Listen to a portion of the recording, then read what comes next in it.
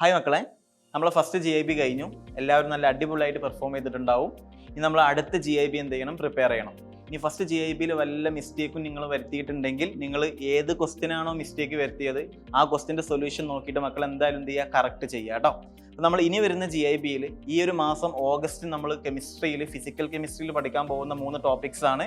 ഒന്ന് electro chemistry, മറ്റൊന്ന് thermodynamics, മറ്റൊന്ന് ഇക്വിലിബ്രിയം. ഈ 3 ടോപ്പിക്കും ആക്ച്വലി വളരെ ഇമ്പോർട്ടൻ്റ് ആണ്, നല്ലപോലെ വെയിറ്റേജ് ഉള്ള ടോപ്പിക്കാണ്. അപ്പോൾ ഇലക്ട്രോ കെമിസ്ട്രിയിൽ നമ്മൾ എന്തൊക്കെ പഠിക്കണം എന്ന് നിങ്ങൾ ചോദിക്കുകയാണെങ്കിൽ, മക്കൾ ഇലക്ട്രോ കെമിസ്ട്രി നമ്മൾ തുടങ്ങുന്നത് തന്നെ ഗാൽവനിക് സെല്ല. അപ്പോൾ ഗാൽവനിക് സെല്ലിൻ്റെ വർക്കിംഗ് പ്രിൻസിപ്പിൾ മസ്റ്റായിട്ട് നിങ്ങൾ മനസ്സിലാക്കി പഠിക്കണം. പിന്നെ ഇലക്ട്രോൺ ഫ്ലോ എവിടെ നിന്ന് എങ്ങോട്ട് പോകുന്നു, അതേപോലെ കറണ്ട് ഫ്ലോ എവിടെ നിന്ന് എങ്ങോട്ട് പോകുന്നു, അതൊക്കെ നിങ്ങൾ മസ്റ്റായിട്ടും പഠിക്കണം. പിന്നെ സാൾട്ട് ബ്രിഡ്ജിൻ്റെ ഫങ്ഷൻസ് മസ്റ്റായിട്ടും എന്ത് ചെയ്യണം? നിങ്ങൾ എന്ത് ചെയ്യണം? ഒന്ന് നോക്കി വെക്കണം. പിന്നെ ഗാൽവനിക് സെല്ലിൻ്റെ വർക്കിംഗ് പ്രിൻസിപ്പിളിന് ശേഷം നമ്മൾ എങ്ങോട്ട് പോകുന്നു? സ്റ്റാൻഡേർഡ് ഇലക്ട്രോഡ് പൊട്ടൻഷ്യൽ പഠിക്കുന്നുണ്ട്. സ്റ്റാൻഡേർഡ് ഇലക്ട്രോഡ് പൊട്ടൻഷ്യൽ എന്താണെന്നും റിഡക്ഷൻ പൊട്ടൻഷ്യലും ഓക്സിഡേഷൻ പൊട്ടൻഷ്യലും വേർതിരിച്ച് നമുക്ക് എന്ത് ചെയ്യാൻ പറ്റണം? മനസ്സിലാക്കി വെക്കാൻ പറ്റണം. പിന്നെ അത് കിട്ടാൻ വേണ്ടിയിട്ട് സ്റ്റാൻഡേർഡ് ഇലക്ട്രോഡ് പൊട്ടൻഷ്യൽ അറിയാൻ വേണ്ടിയിട്ട് നമ്മൾ ആരെക്കുറിച്ച് പഠിക്കും? SHനെ കുറിച്ച് പഠിക്കും, സ്റ്റാൻഡേർഡ് ഹൈഡ്രജൻ ഇലക്ട്രോഡ്. അപ്പം അതിൻ്റെ കാര്യങ്ങൾ ഡീറ്റെയിൽ ആയിട്ട് നിങ്ങൾ എന്ത് ചെയ്യണം? ഒന്ന് മനസ്സിലാക്കി വെക്കണം.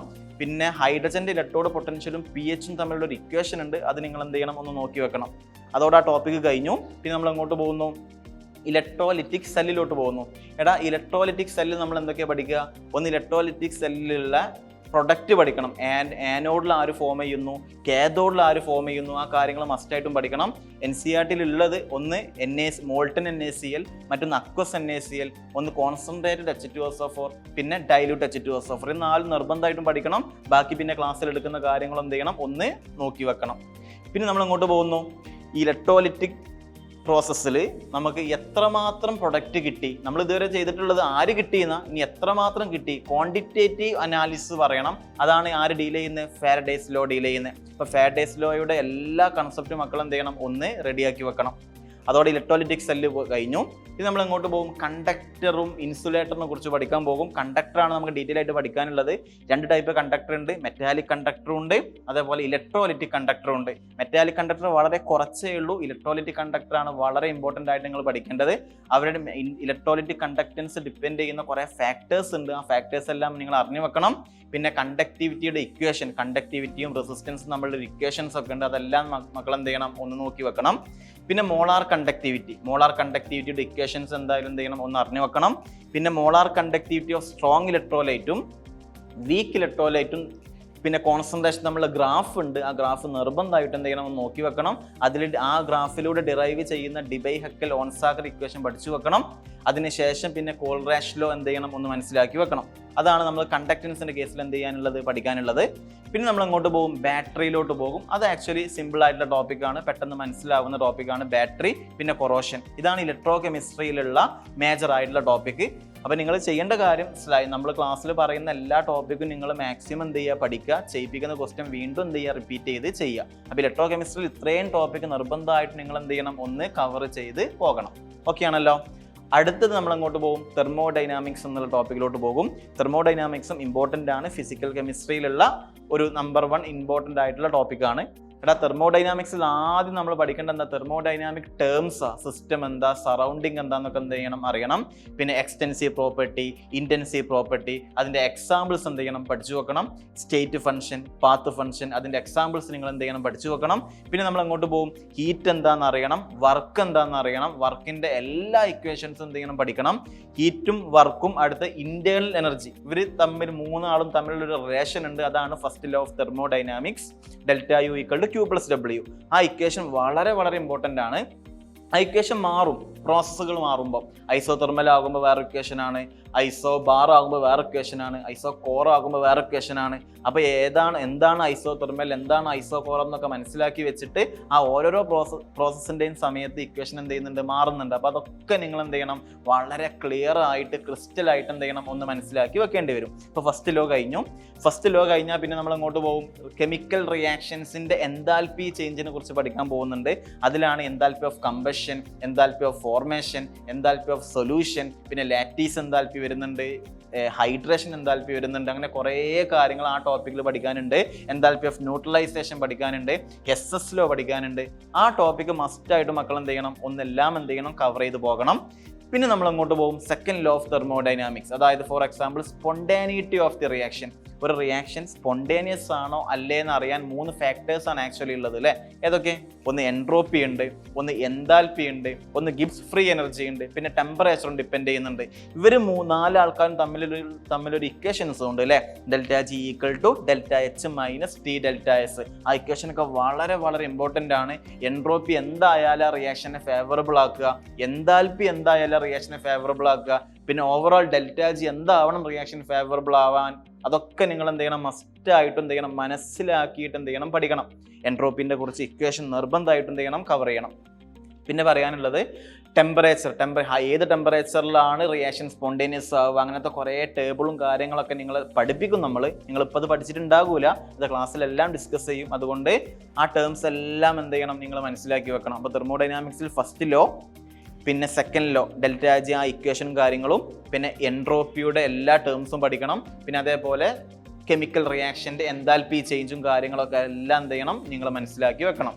അതായത് enthalpy of combustion, enthalpy of neutralisation, enthalpy of formation, അങ്ങനെ കുറേ കാര്യങ്ങൾ പഠിക്കാനുണ്ട്. അതെല്ലാം കവർ ചെയ്ത് മനസ്സിലാക്കി പഠിച്ചാൽ ക്വസ്റ്റ്യൻസ് നല്ലപോലെ നമുക്ക് എന്ത് ചെയ്യാൻ പറ്റും, അറ്റൻഡ് ചെയ്യാൻ പറ്റും. പിന്നെ നമ്മൾ അങ്ങോട്ടാ പോകുന്നത് ഇക്വിലിബ്രിയം എന്നുള്ള ചാപ്റ്ററിലോട്ടാണ്. ഇക്വിലിബ്രിയത്തിൽ 3 പാർട്ടായിട്ടാണ് ടോപ്പിക് തിരിച്ചിട്ടുള്ളത്. ഒന്ന് ഫിസിക്കൽ ഇക്വിലിബ്രിയം, മറ്റൊന്ന് കെമിക്കൽ ഇക്വിലിബ്രിയം, മറ്റൊന്ന് അയോണിക് ഇക്വിലിബ്രിയം. ഫിസിക്കൽ ഇക്വിലിബ്രിയം അത്ര ഇമ്പോർട്ടൻ്റ് അല്ല, പൊതുവെ ക്വസ്റ്റ്യൻസ് വളരെ കുറവാണ്. കെമിക്കൽ ഇക്വിലിബ്രിയത്തിൽ നിന്നും അതേപോലെ അയോണിക് ഇക്വിലിബ്രിയത്തിൽ നിന്നാണ് പൊതുവെ ക്വസ്റ്റ്യൻസ് എന്ത് ചെയ്യാറുള്ളത്, വരാറുള്ളത്. അതിൽ കെമിക്കൽ ഇക്വിലിബ്രിയത്തിനേക്കാളും ഇമ്പോർട്ടൻ്റ് ആണ് എന്ത്, അയോണിക് ഇക്വിലിബ്രിയം. അപ്പം നമ്മൾ കെമിക്കൽ ഇക്വിലിബ്രിയത്തിലോട്ട് വരുന്ന സമയത്ത് ഒന്ന് ഇക്വിലിബ്രിയം കോൺസ്റ്റന്റിന്റെ ഇക്വേഷൻ മനസ്സിലാക്കണം. ഒരു ഇക്വിലിബ്രിയം കോൺസ്റ്റന്റ് തന്നാൽ ആ ഇക്വിലിബ്രിയത്തിൽ എത്തിയിട്ടുള്ള ആ കോൺസെൻട്രേഷൻ, റിയാക്റ്റൻസിന്റെയും പ്രൊഡക്റ്റിന്റെയും കോൺസെൻട്രേഷൻ നമുക്ക് പറയാൻ പറ്റണം. ക്വസ്റ്റ്യനിൽ ചിലപ്പോൾ കോൺസെൻട്രേഷൻ തരും, റിയാക്റ്റന്റിന്റെ കോൺസെൻട്രേഷൻ തരും, പ്രൊഡക്റ്റിന്റെ കോൺസെൻട്രേഷൻ തരും, എന്നിട്ട് ഇക്വിലിബ്രിയം കോൺസ്റ്റന്റ് ചോദിക്കും. ചിലപ്പോൾ ഇക്വിലിബ്രിയം കോൺസ്റ്റന്റ് തന്നിട്ട് ആ സമയത്തുള്ള റിയാക്റ്റൻസിന്റെയും പ്രൊഡക്റ്റിന്റെയും എന്ത് തരാം, കോൺസെൻട്രേഷൻ എന്ത് ചെയ്യാം, ചോദിക്കാറുണ്ട്. അപ്പോൾ അത് നിങ്ങൾ പഠിക്കണം. ഗ്യാസിന്റെ കേസിൽ പൊതുവെ നമ്മൾ കെ സി എന്നല്ല പറയാ, കെ പി എന്നാ പറയാ. അപ്പോൾ കെ സിയും കെ പിയും തമ്മിലുള്ള റിലേഷൻസ് ഉണ്ട്, അതൊക്കെ നിങ്ങൾ എന്ത് ചെയ്യണം, ഒന്ന് മനസ്സിലാക്കി വെക്കണം. ഓക്കെ ആണല്ലോ. പിന്നെ നമ്മൾ അങ്ങോട്ട് പോകും, അയോണിക് ഇക്വിലിബ്രിയത്തിലോട്ട് പോകും. അയോണിക് ഇക്വിലിബ്രിയത്തിൽ മെയിനായിട്ട് പഠിക്കുന്നത് ഒന്ന് ആസിഡ് ബേസിനെ കുറിച്ച് ഡീറ്റെയിൽ ആയിട്ട് പഠിക്കാനുണ്ട്. ആ 3 കൺസെപ്റ്റ് പഠിക്കാനുണ്ട്. ലോറി ബ്രോൺസ്റ്റഡ് കൺസെപ്റ്റ് പഠിക്കാനുണ്ട്, ലൂയിസ് കൺസെപ്റ്റ് പഠിക്കാനുണ്ട്, അരിഹീനിയസ് കൺസെപ്റ്റ് പഠിക്കാനുണ്ട്. പിന്നെ കെമിക്കൽ ഇക്വിലിബ്രിയത്തിൻ്റെ ടോപ്പിക് കൂടിയും പറയാനുണ്ട്. അതായത് ലാഷാലിയർ പ്രിൻസിപ്പിൾ, ടെമ്പറേച്ചർ മാറ്റിയാൽ എന്ത് സംഭവിക്കും, കോൺസെൻട്രേഷൻ മാറ്റിയാൽ എന്ത് സംഭവിക്കും, പ്രഷർ മാറ്റിയാൽ എന്ത് സംഭവിക്കും, കാറ്റലിസ്റ്റിന്റെ റോൾ എന്താ, അതെല്ലാം നിങ്ങൾ ലാഷാലിയർ പ്രിൻസിപ്പിൾ എന്ത് ചെയ്യണം, ഒന്ന് നോക്കി വെക്കണം.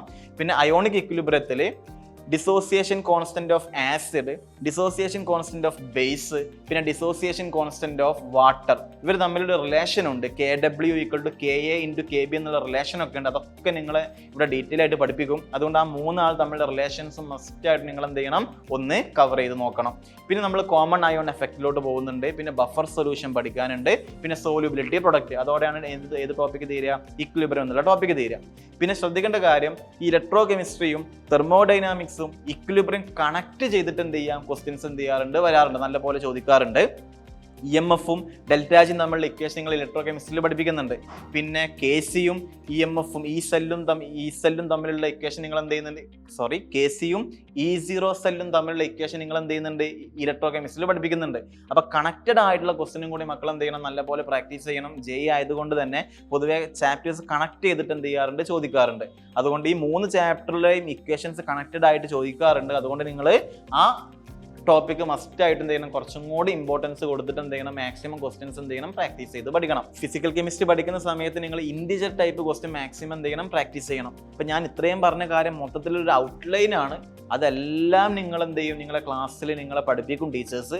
അതുകൊണ്ട് ആ സമയം എത്തുന്ന സമയത്ത് എല്ലാ ടോപ്പിക്കും വളരെ ക്ലിയർ ആണെന്ന് നിങ്ങൾ എന്ത് ചെയ്യുക, ഒന്ന് ആലോചിക്കുക.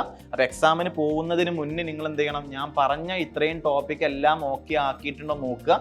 ഇത്രയും നിങ്ങൾ ഓക്കെ ആക്കിയിട്ടുണ്ടെങ്കിൽ ആൾമോസ്റ്റ് 3 ചാപ്റ്ററിന്റെ കൺസെപ്റ്റ് എല്ലാം നിങ്ങൾ പഠിച്ചു കഴിഞ്ഞു എന്നാൽ മാക്സിമം ക്വസ്റ്റ്യൻ എന്ത് ചെയ്യുക, സോൾവ് ചെയ്യുക. ഇനി അടുത്ത എക്സാമിന് മാക്സിമം കഴിഞ്ഞ പ്രാവശ്യം നല്ലപോലെ മാർക്ക് സ്കോർ ചെയ്യാൻ പറ്റാത്തവരുണ്ടെങ്കിൽ ഇപ്രാവശ്യം എന്ത് ചെയ്യുക, സ്കോർ ചെയ്യുക കേട്ടോ. ഓരോ എക്സാമും ചെയ്യുന്ന സമയത്ത് ചിലപ്പം ചില ബുദ്ധിമുട്ടൊക്കെ മക്കൾക്ക് തോന്നിയിട്ടുണ്ടാവും. അതൊന്നും നിങ്ങൾ ടെൻഷൻ അടിക്കണ്ട.